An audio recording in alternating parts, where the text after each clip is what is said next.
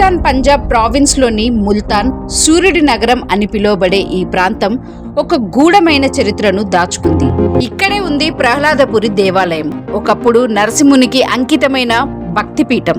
కానీ ఇప్పుడు శిథిలావస్థలో నిలిచిన ఒక రహస్య సాక్ష్యం. హిరణ్యకశిపుడు తన పాలనను విస్తరించిన ఈ మట్టిలోనే ప్రహ్లాదుడు భక్తి శక్తితో తండ్రి క్రూరత్వానికి ఎదిరించాడు.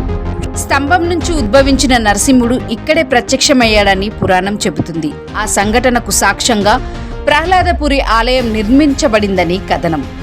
ప్రహ్లాదపురి ఆలయం వాస్తుశిల్పం ఎంతో విశిష్టమైనది.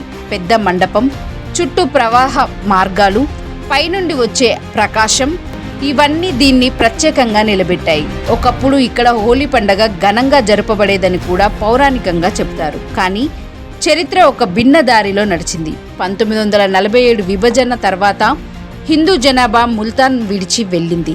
ఆ ఆలయం ప్రభుత్వ ఆధీనంలోకి వెళ్లి క్రమంగా నిర్లక్ష్యానికి గురైంది. 1970లో విగ్రహాలు కూడా తీసుకెళ్లబడ్డాయి. 1992లో బాబ్రీ మసీదు ఘటన తర్వాత పాకిస్తాన్లో కూడా ఉద్రిక్తతలు ముదిరాయి. ముల్తాన్లోని ఈ ఆలయం హింసకు గురైంది. గోడలు, గర్భగృహం ధ్వంసమయ్యాయి. ఆ రోజుతోనే ప్రహ్లాదపురి తన వైభవాన్ని కోల్పోయింది. ఇప్పటికీ ఆలయం శిథిలాల రూపంలోనే ఉంది.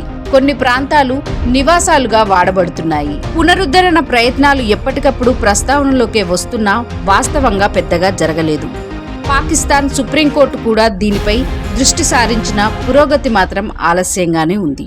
హోలీ పుట్టిన పురాతన ఆలయం ఇది. పురాణాల ప్రకారం హోలీ పండగ ఇక్కడే ఉద్భవించింది. హోలికను దహనం చేసిన ప్రదేశం ఇదే. ఈ ఆలయాన్ని ప్రహ్లాదుడే నిర్మించాడని హిందువులు విశ్వసిస్తారు. ముల్తాన్ను గతంలో కశ్యపపుర అని పిలిచేవారు. దీని అర్థం కశ్యప నగరం. ప్రహ్లాదుడు హిరణ్యకశిపుడి కుమారుడు మరియు కశ్యపుడి మనవడు. ఈ ప్రహ్లాదపురి ఆలయం ఒకప్పుడు భారత ఉపఖండం నలుమూలల నుండి భక్తులు మరియు యాత్రికులకు నివాసంగా ఉండేది. ఇది ఇస్లామిక్ పూర్వకాలంలో చాలా ప్రసిద్ధి చెందిన తీర్థయాత్ర స్థలం. ప్రహ్లాదపురి ఆలయం ఒక పవిత్ర చిహ్నం, ఒక గూఢగాథ, ఒక హెచ్చరిక. మన చరిత్రను, మన సంపదను నిర్లక్ష్యం చేస్తే కాలం వాటిని శిథిలాలుగా మార్చేస్తుంది. కానీ వాటిని గుర్తించి సంరక్షిస్తే అవి భవిష్యత్తు తరాలకు స్ఫూర్తి అవుతాయి. ఈ వీడియో మీకు నచ్చితే మా ఛానల్ని సబ్స్క్రైబ్ చేయండి. మరిన్ని అద్భుతమైన చరిత్ర, మిస్టరీ కథలతో త్వరలో కలుద్దాం.